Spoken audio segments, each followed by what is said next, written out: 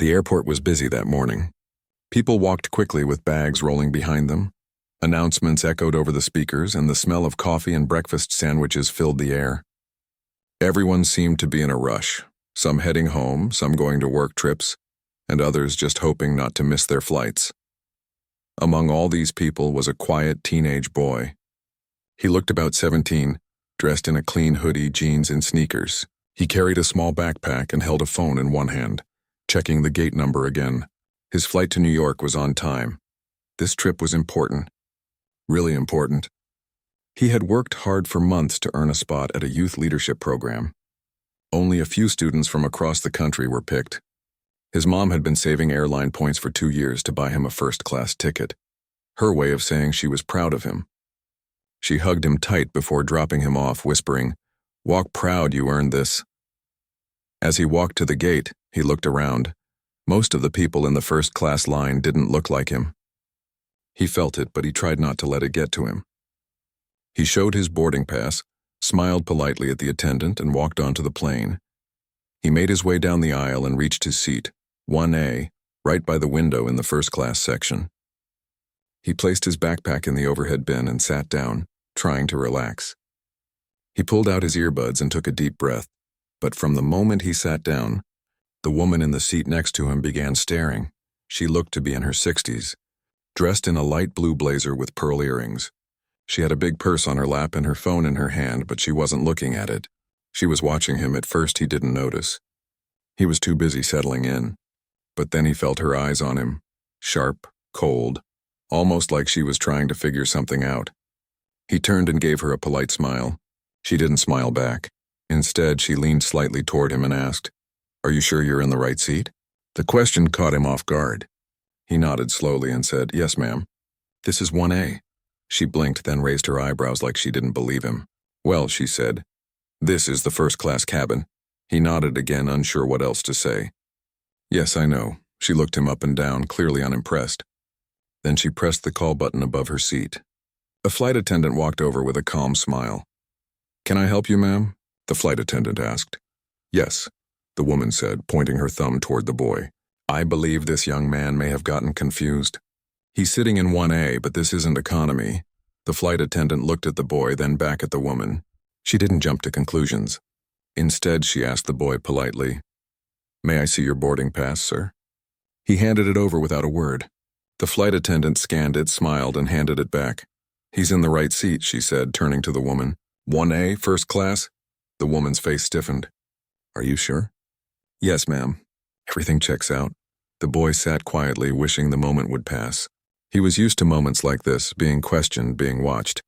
But that didn't make it easier. The flight attendant walked away. But the woman next to him didn't stop watching him. She seemed bothered, like something about this situation didn't sit right with her. After a few minutes, she took out her phone and began typing. She glanced at him again, then leaned into the aisle and waved over another flight attendant. A different one this time. "I just think it would be good to have someone double-check," she said quietly, almost like she was trying to make it sound like she was being helpful. "He could have found that ticket or, swapped seats with someone. It's happened before." The second flight attendant was more direct. "We already confirmed his seat, ma'am." "Well, if no one else is going to take this seriously, I'd like to speak to someone at the gate. Or security." The boy turned his head and looked out the window, pretending not to hear. His heart was beating faster now. Not because he had done anything wrong, but because he had been through this kind of thing before. And he knew how quickly things could go wrong even when you were innocent. The woman didn't back down. She flagged down one of the airline staff near the front and whispered something. A few moments later, the staff member stepped off the plane. People were starting to notice. A couple in the row behind glanced forward. One man leaned over to his wife and quietly said, "What's going on up there?" The woman in the blazer sat back in her seat, looking satisfied, like she had taken control of the situation. She pulled out a book and began flipping through the pages, but her eyes kept darting toward the front of the plane. The boy sat still, trying not to draw more attention. He checked his phone again. Still 20 minutes until takeoff. Still a long way to go. He thought about calling his mom, but he didn't want to worry her. He took another breath. "Just stay calm," he told himself. From the corner of his eye, he saw a uniformed officer step onto the plane, then a second one. The two officers walked down the aisle slowly, their eyes scanning the rows of seats. The passengers noticed them too. A hush spread through the cabin. People shifted in their seats. Some whispered quietly to each other. Others just stared, curious and unsure about what was happening. The boy's heart beat faster. He stayed calm on the outside, but inside he felt a mix of nervousness and frustration. He had done nothing wrong. He had his ticket, he was in the right seat, and he had a long trip ahead. Why was this happening to him again? The officers reached the first-class section and stopped in front of the boy. One of them smiled gently and said, "Good morning, son. Can we see your boarding pass and ID, please?" The boy nodded and pulled out his ID and ticket from his wallet. He handed them over carefully, not making a sudden move. He wanted to show he had nothing to hide. The officers looked over the documents. The first one checked the ticket, then the ID. He looked up at the boy and said, "You're definitely in the right seat. Everything matches." The boy let out a small sigh of relief. Maybe this would end soon. But the second officer wasn't done. He glanced toward the woman sitting next to the boy, who had been watching the whole time with a tight expression on her face. The woman had folded her arms and was staring straight ahead, pretending not to notice the attention on her. The first officer then turned to the woman and said politely, "Ma'am, can you explain why you asked for security?" The woman hesitated for a moment, her eyes flicking to the boy again. Then she said, "I just thought it was strange. This young man looks like he might not belong here. First class is for people who pay for it, and I just wanted to be sure he was in the right place." There was a pause. The cabin was quiet. The boy looked down at his hands. He felt the weight of her words, the assumption that he didn't belong here because of how he looked. It wasn't the first time something like this had happened to him, but it still hurt. The officer nodded slowly and said, "Thank you for your concern, ma'am. But everything here checks out. This young man is in his correct seat. If there is no problem, we will let the flight continue." The woman didn't say anything more. She looked away, her face a mix of frustration and shame. The flight attendant nearby gave the officers a nod. The first officer smiled again at the boy and said, "I'm sorry for the trouble. Have a good flight." They turned and walked back toward the front of the plane. Passengers whispered quietly among themselves. Some gave the boy approving looks. One woman even smiled and said softly, "Don't let anyone make you feel bad. You belong right here." The boy gave a small smile in return. He was grateful for that kindness, but the woman next to him stayed quiet, avoiding eye contact. She stared out the window as if she was trying to disappear. The plane's engines began to roar softly as the pilot prepared for takeoff. The boy put on his seatbelt and looked out the window. The city below was waking up, full of lights and movement. He thought about his mom, who was probably just waking up on the other side of the country. He thought about the program he was going to, and how much he wanted to prove that he belonged, not just in first class, but everywhere. He closed his eyes for a moment and took a deep breath. He tried to shake off the tension that had built up. The flight attendants moved through the cabin offering drinks and snacks. The boy accepted a bottle of water and thanked the attendant. The woman next to him didn't say a word. She seemed lost in thought. A few minutes later, the captain's voice came over the speaker. "Ladies and gentlemen, we will be taking off shortly. Please make sure your seatbelts are fastened and your seats are in the upright position." The plane started to move, slowly at first, then picking up speed as it rolled down the runway. As the plane lifted off the ground, the boy looked out the window at the shrinking city below. He felt the familiar mix of excitement and nervousness that always came with flying. He thought about the officers who had just left, and the woman who had caused the trouble. He wondered if she ever thought about what it felt like to be judged so quickly, to have someone doubt your right to be somewhere just because of the color of your skin. The flight went on without any other problems. The boy listened to music, read a little, and tried to relax. After about an hour, a flight attendant came by and asked if he would like to move to a seat with more space, a private seat in the very front of the cabin that had opened up. He was surprised, but grateful. "Thank you," he said, standing up carefully. As he moved to the new seat, several passengers nearby smiled and nodded at him. The woman who had caused all the trouble didn't say anything. She looked down at her hands, silent. The boy settled into his new seat, feeling a little more comfortable. He opened his notebook and began to write down some ideas for a speech he would give at the leadership program. He thought about what had happened on the plane and how unfair it was, but he also thought about how he had stayed calm and strong, and he knew this was just the beginning of many stories he would have to tell, stories about facing unfairness, standing tall, and moving forward. The plane was now cruising high above the clouds. Outside the window, the sky was a bright blue, and the sun made the clouds look soft and fluffy like cotton candy. Inside the cabin, most passengers had relaxed. Some were reading, others were watching movies, and a few were sleeping. But the moment earlier with the officers still lingered in the boy's mind. He tried to focus on the speech he wanted to prepare for the youth program. It was important to him and he wanted to do well. But his thoughts kept drifting back to the woman who had doubted him. He wondered why she thought it was okay to call the police on him just because of the way he looked. It didn't feel fair and it hurt. The flight attendant came by again, checking on the passengers.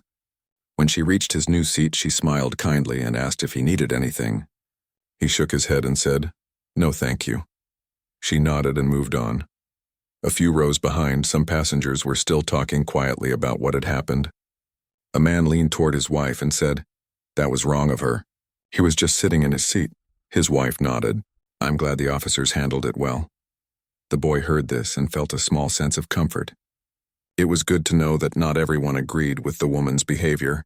There were people who saw what happened and understood that it was unfair. A little while later, the pilot's voice came over the speaker again. "We're beginning our descent into New York. Please return to your seats and fasten your seatbelts." The boy moved back to his original seat to get ready for landing. The woman was still sitting there. She didn't look at him. Her hands were folded in her lap, and she stared out the window with a serious expression. The boy thought about what to say. Should he confront her? Should he ignore her?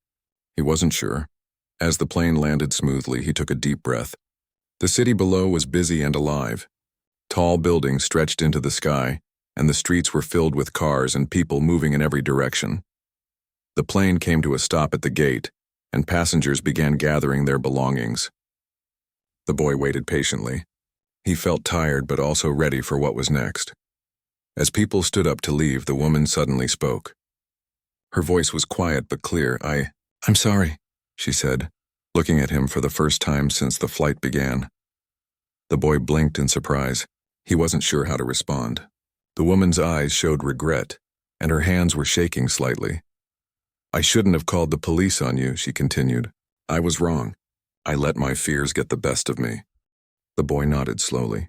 "Thank you for saying that," he replied. "It wasn't easy for me either." She looked down and then back up at him. "I hope you understand. Sometimes people make mistakes. I want to learn from this." The boy smiled softly. "I hope so too." They both stood up and gathered their bags. As they walked off the plane, the boy felt a strange mix of emotions. He was still hurt by what happened, but he also felt proud of himself for handling the situation with patience and respect. Outside the airport, the city was noisy and bright. Taxicabs honked their horns, and people rushed past with their heads down, focused on their own lives. The boy took a deep breath and looked around. He was ready to face the world, ready to prove that he belonged, no matter what anyone thought. He pulled out his phone and sent a quick message to his mom. "Flight landed. All good. I'm proud of myself." She replied almost immediately. "I'm so proud of you too, always." As he stepped into the crowd and headed toward the taxi stand, he thought about the lessons he had learned. Sometimes people judge quickly. Sometimes those judgments hurt. But what mattered most was how he responded, with courage, dignity, and hope for a better future. He was just one young person with big dreams, but he knew his story could help others. Maybe by sharing what happened, he could change minds and hearts, and that was a start. The plane had landed and the passengers were beginning to gather their belongings. The boy felt a mix of relief and exhaustion. The trip had started in a way he never expected, but he had stayed calm. That was something he was proud of. As the plane doors opened, the cool air from the airport terminal flowed in. People stood up and moved toward the exit. The boy picked up his backpack, slung it over one shoulder, and prepared to leave. The woman who had caused the trouble sat quietly in her seat. She didn't make eye contact with anyone. The boy hesitated for a moment, wondering if he should say something to her. He thought about how hurtful it was when she called the police just because of who he was. But then he remembered how she had apologized. That apology, while it didn't erase the pain, showed that she was willing to admit her mistake. As the last passengers walked down the aisle, a flight attendant approached the woman. The attendant's voice was gentle but firm. "Ma'am, the captain wanted me to ask you to come with me." The woman looked surprised but nodded slowly. She gathered her things and followed the attendant off the plane. The boy watched as the doors closed behind them. A few moments later, the captain came to the front of the cabin. He spoke clearly and kindly to the remaining passengers. "Ladies and gentlemen, thank you for your patience today. We understand that this morning's situation was uncomfortable for some. We want to assure you that we take all concerns seriously and work hard to make every flight safe and pleasant for everyone." The boy listened closely. He appreciated the captain's words. It felt good to hear someone in charge acknowledge what had happened. When the plane was empty except for the crew, the boy stayed behind to speak quietly with a flight attendant. She smiled warmly and said, "You handled everything very well. Not many people would stay so calm." He shrugged and smiled back. "I just wanted to keep things peaceful." She nodded. "That's very mature of you." Outside the terminal, the boy stepped into the bright light of the airport. The noise of people talking, rolling suitcases, and announcements filled the air. He looked around and saw families reunited, business travelers rushing, and tourists taking pictures. His phone buzzed. It was a message from his mother. "Call me when you get to the hotel," it said. He typed back quickly, "Will do." He hailed a taxi and gave the driver the hotel address. As the car pulled away from the airport, the boy stared out the window at the city passing by. He thought about what had just happened on the plane. He thought about the woman who had doubted him, the officers who had checked his documents, and the passengers who had watched quietly. Most of all, he thought about how people sometimes see others through the lens of fear or misunderstanding. It was unfair, but it was real. The taxi stopped at the hotel. The boy paid the driver and took his bags inside. At the front desk, he checked in quickly and got his room key. Once inside the room, he sat down on the bed and opened his notebook. He started writing ideas for his speech, the speech he hoped would inspire other young people like him. He wrote about dreams, courage, and the power of believing in yourself. He wrote about the challenges he had faced, but also the hope he carried for the future. After some time, his phone rang. It was a call from the airline. The representative spoke softly and apologized again for the incident on the plane. They said they wanted to offer the boy a small gift, a voucher for a free flight, as a way to make up for the trouble he had experienced. The boy thanked them, but said it wasn't necessary. What mattered most was the chance to move forward. The next morning, the boy got up early and prepared for his interview. He dressed carefully, wanting to make a good impression. As he looked in the mirror, he reminded himself that he was worthy, no matter what anyone else thought. At the interview, he spoke confidently about his goals and the work he had done. The people there were impressed by his honesty and passion. Later, when the program sent out news about the new participants, the boy saw his name listed with a small note about his achievements. He felt proud and hopeful. Back at home, his story began to spread. A video of the incident on the plane had been shared online, and many people sent messages of support. The boy read the comments carefully. Some people shared their own experiences of being judged unfairly. Others thanked him for showing strength. One message stayed with him the most. It said, "Your story reminds us all to look beyond the surface and treat everyone with kindness." The boy smiled. He knew the journey was far from over, but he was ready. He knew that one day, he would tell this story himself, not as a tale of pain, but as a story of growth, understanding, and hope. After the flight, the boy's life didn't just go back to normal. What happened on that plane stayed with him, not as a burden, but as a lesson.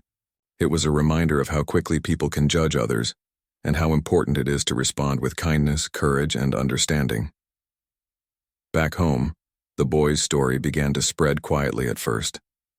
His family and friends shared it with their circles, and soon enough it reached more people. A video of the incident had been recorded by a passenger and posted online.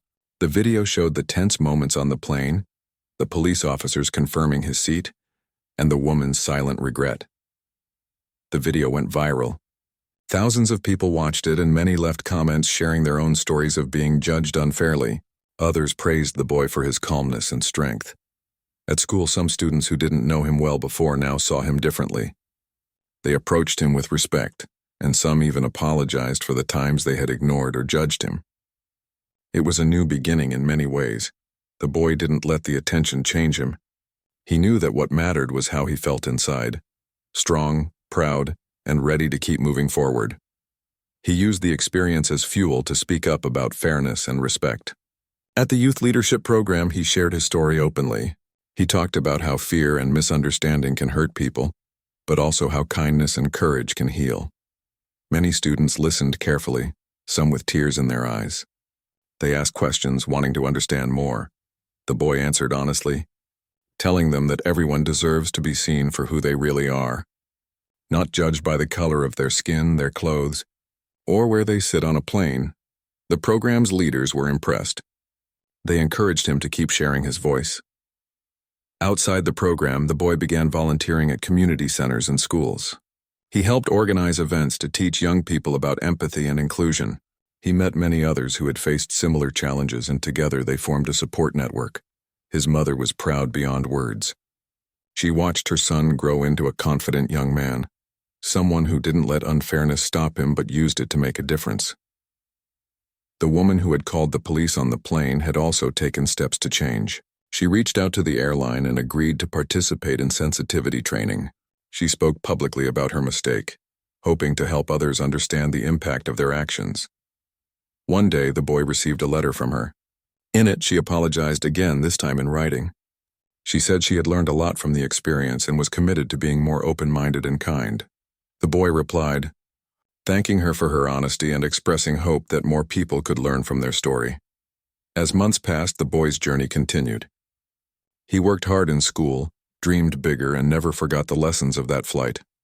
He learned that sometimes life throws challenges your way, some unfair, some painful, but it's how you face those challenges that shapes who you become. He also learned that forgiveness doesn't mean forgetting. It means choosing to let go of anger and move forward with a better heart. The boy kept writing, speaking, and inspiring others. He became a voice for young people who felt unseen or misunderstood, and he knew that one day, when he looked back on this moment in his life, he would remember it not as a time of fear or hurt, but as the moment he found his true strength. Because in the end, it's not where you sit on a plane or what others think of you that matters. It's who you are inside. Your courage, your kindness, and your hope for a better world.